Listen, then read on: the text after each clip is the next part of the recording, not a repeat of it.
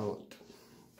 Tata sunt și acum aș dori să discut cu voi despre o temă mai complexă și foarte ciudată și stranie pentru mintea umană. Vreau să vorbesc legăturile între om și zeitate. Legăturile sunt de când ne-a creat prin ființa noastră umană, spirituală sau cum doriți voi să numiți. Conexiunea noastră cu zeitățile sau entitățile sau cum doriți să le mai spuneți, sunt de când ei ne-au creat, pentru că ei există în interiorul nostru. Știu că par absurd și de necrezut, dar dacă tu cauți pe Dumnezeu în interiorul tău, pe Baal sau pe El Nil sau pe El, Creatorul,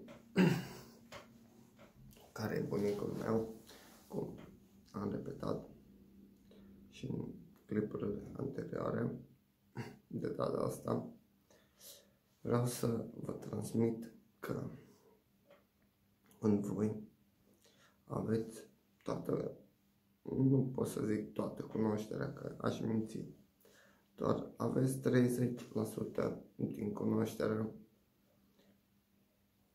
Creatorului în voi, în fiecare om. Numai trebuie să meditați și în meditație să-L căutați în voi. Meditație yoghină, tibetană sau cum vreți să mai ziceți. Eu, cum v-am zis și în primul intro, că sunt mediu vrăjitor sau cum vreți doriți. Unii pot să mă numesc și profet sau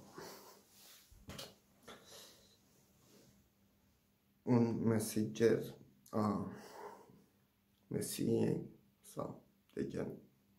Sunt multe forme în care pot să mă numesc prin statutul și puterea și abilitățile pe care le-am dobândit prin spirit, în primul rând, și în al doilea rând le-am dobândit cea mai mare cunoaștere prin munca mea.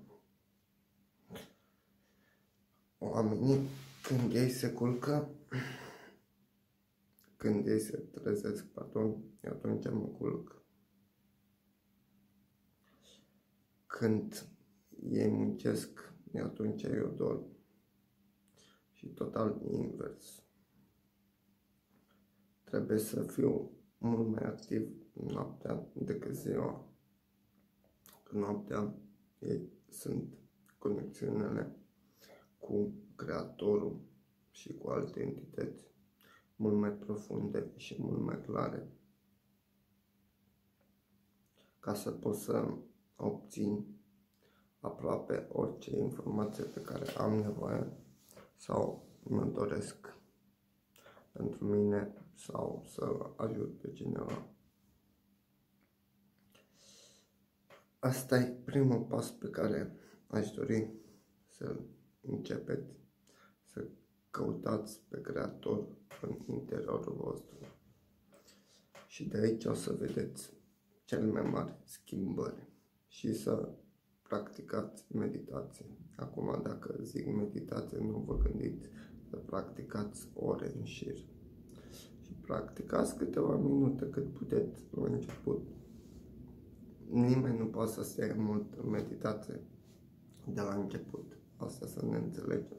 Doar în timp dobândești răbdarea și toate cele să stai. Eu după 7 ani de meditație și toate astea pot să stau maxim o oră jumate. Trebuie să fiu foarte profund și foarte relaxat în acea meditație. Doar voi dacă stați 1 minut, 2, e perfect de început. Să vedeți multe schimbări și multe beneficii. Vă las și sper să ascultați acest video. La revedere!